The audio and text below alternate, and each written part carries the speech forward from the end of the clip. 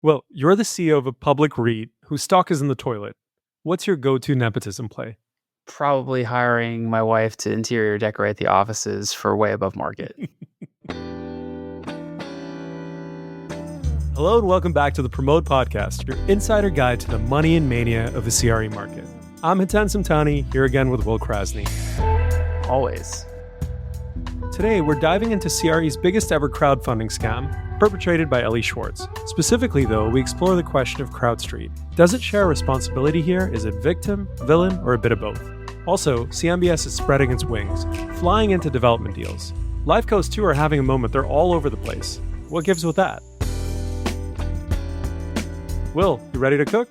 Absolutely. Let's start with CrowdStreet. So, how complicit is a platform in the crimes of its users? We've heard a lot about Facebook. If you remember, we're a platform, not a publisher, et cetera, during the election. Now, though, this question has come up in CRE. So what happened here was Elie Schwartz used the platform CrowdStreet to raise tens of millions of dollars for two purchases, one in Miami Beach, one in Atlanta, a big office complex in Atlanta and a boutique office in Miami Beach.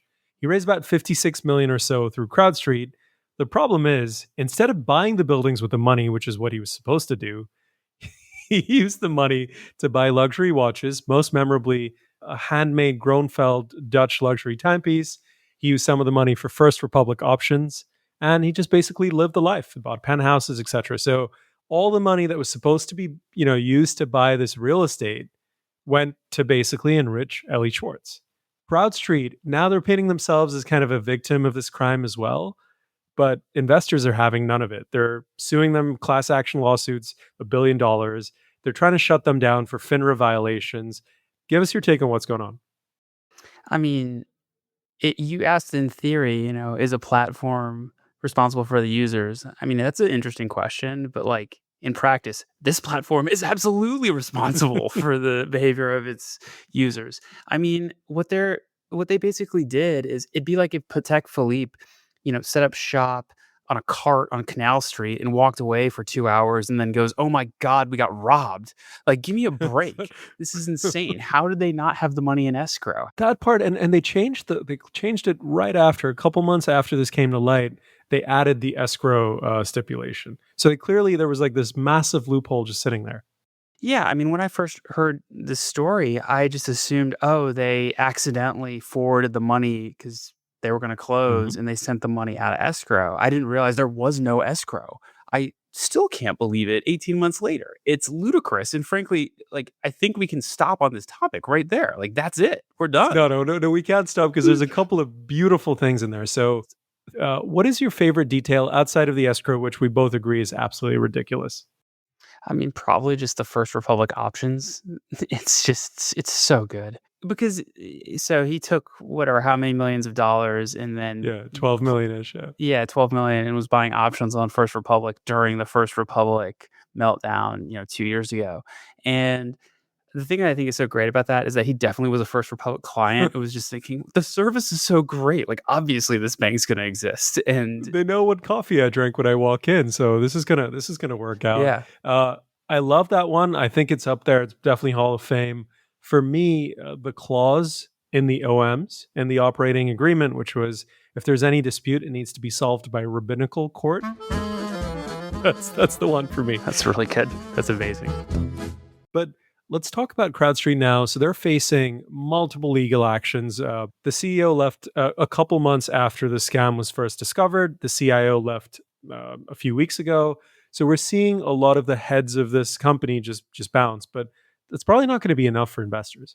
No, definitely not. I mean, I'm not a lawyer, but it seems like pretty clear-cut case of wire fraud and negligence.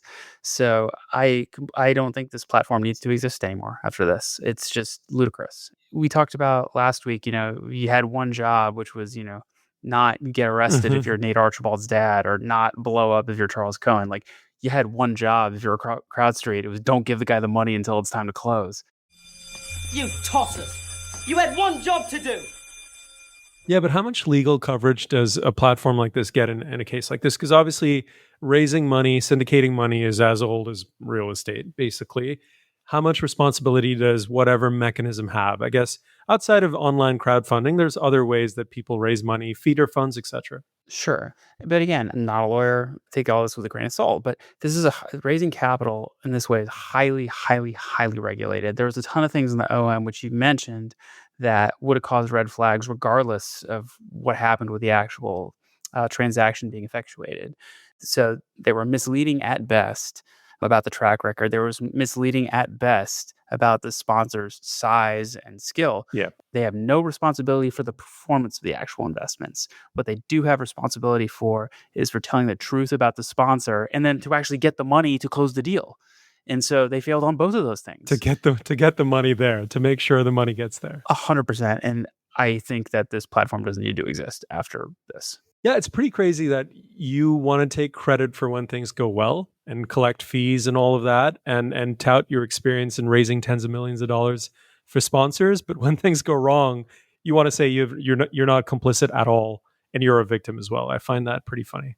What about other platforms? I mean, does a case like this, so dramatic, headline case, prison time, etc., have a chilling effect on CRE crowdfunding in general, which I feel like was a big thing for many years and then I haven't really heard much of recently? Yeah, I mean, I think that this is no different than if you're putting money into a hedge fund, like that you don't wire it to the hedge fund guy's private bank account. You send it to the prime broker or the custodian.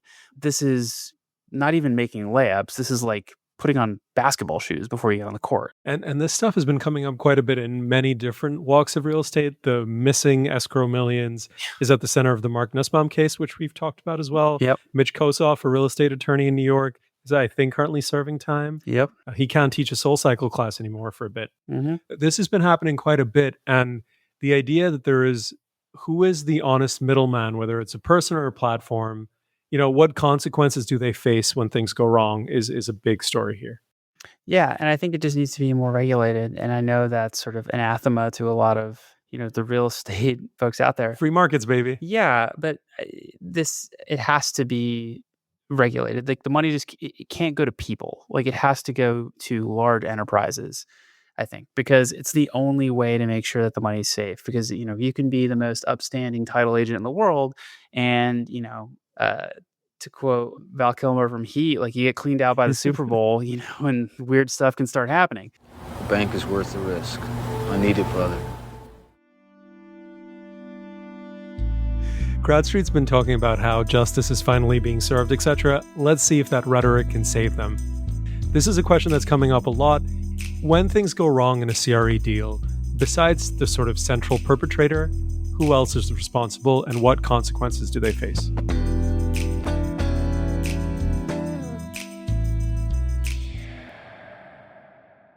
CMBS used to be how you would fund a stabilized deal. If you were going to go buy an office building or buy a bunch of apartment complexes, you could go get a commercial mortgage-backed financing to get it done. And what we've seen over the last couple of weeks is folks using the CMBS market for development deals, which is a little bit of a new thing. Yeah, and so last week in Commercial Mortgage Alert, I read about a data center redevelopment project where Goldman is prepping a CMBS SASB, that's single asset, single borrower. And the issue would be, it couldn't really understand what the hell is going on. Collateralized by the funded portion of the floating rate acquisition loan that's already in place. I have no idea what this means. So basically, but can I just talk about it for 1 second? Yeah. There's this floating rate acquisition loan that's already in place that Goldman made. And so like for a land loan, basically. Yeah. Okay, so it's just like a CDO squared. Like we're just like collateral by the debt on the. That's right. That's what it is. And I guess the broader question is worth talking about, which is CMBS is now being used in construction. And I wonder why that's happening suddenly. Well, because banks have pulled back so much. I mean, we talked a little bit about First Republic collapsing with Elie Schwartz. And the broader regional banking collapse as well. There's been so many. Yeah. Right. And that's where a lot of construction financing was done. So those banks are obviously now more highly regulated. Their capital, they have to reserve more dollars for every dollar of construction lending that they do. And so they've really pulled back. And, things still have to get built, particularly things where you have this secular flow of capital coming into the space. And so the overwhelming demand for data center space, for power, for compute, capital will find a way. When you say capital, we're talking about massive gobs of capital, right? These are projects that on the low end are $800-900 million. Yeah. On the high end, they could be $10-12 billion. Yeah. I mean, CoreWeave went public this past week, and the FT had an article about them over the weekend.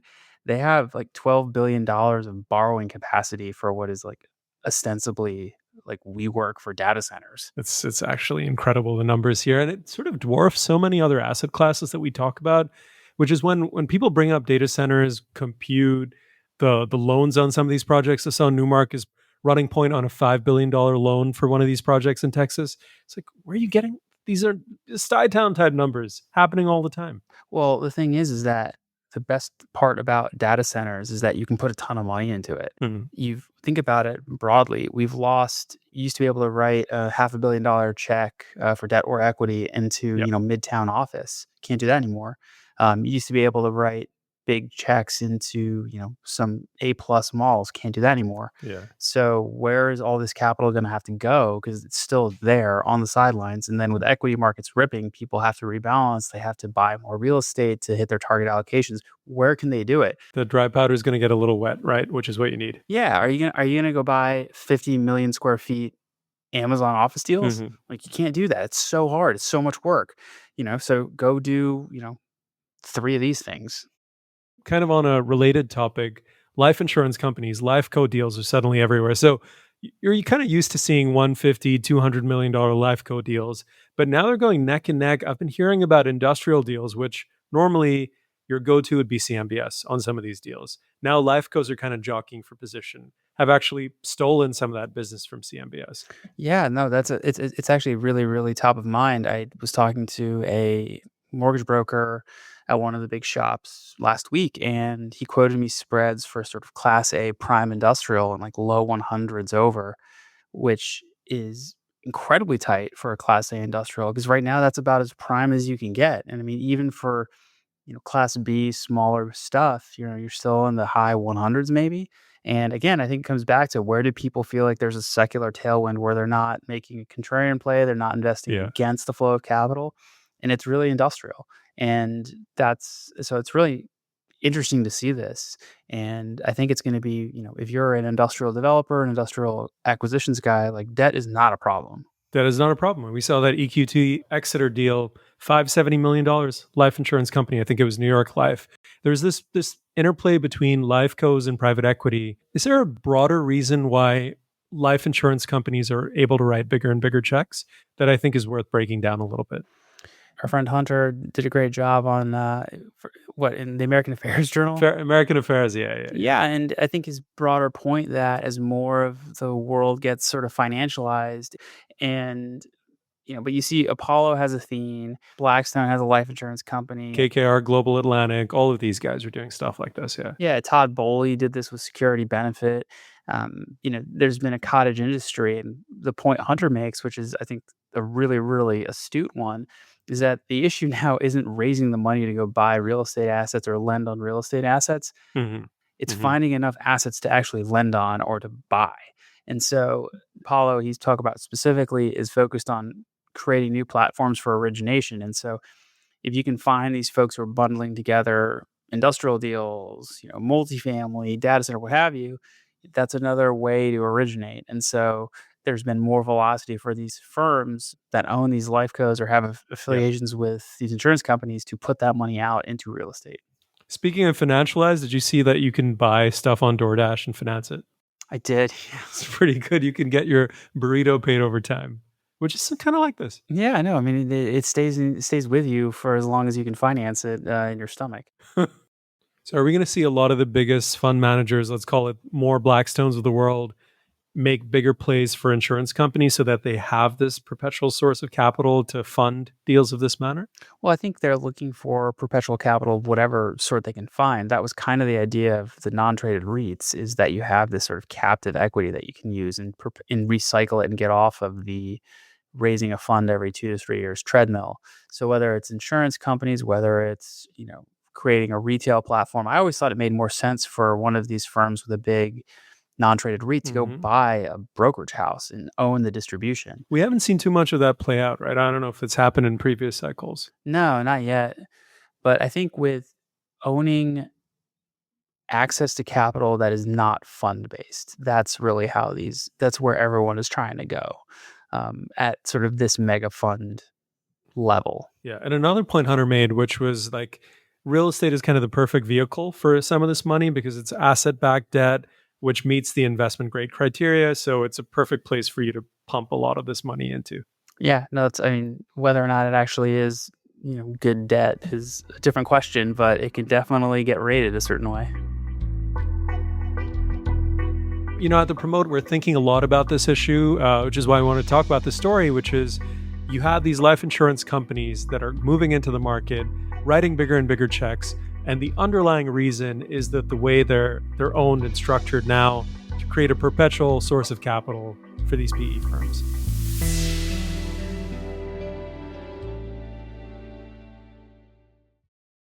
Like Albert Baylor, my regret is I didn't move to the US earlier. Here, entrepreneurial spirit gets recognized. So this is some elite stuff here from a major office REIT, a REIT, I should add, whose stock is in the toilet. Albert Baylor, who's the CEO of Paramount Group and controls 13 million square feet odd in SF in Manhattan, the firm just disclosed it made millions of dollars in payments to outside firms controlled by Baylor. So you want to run through a couple of the highlights here? This is all just elite stuff. I really love it.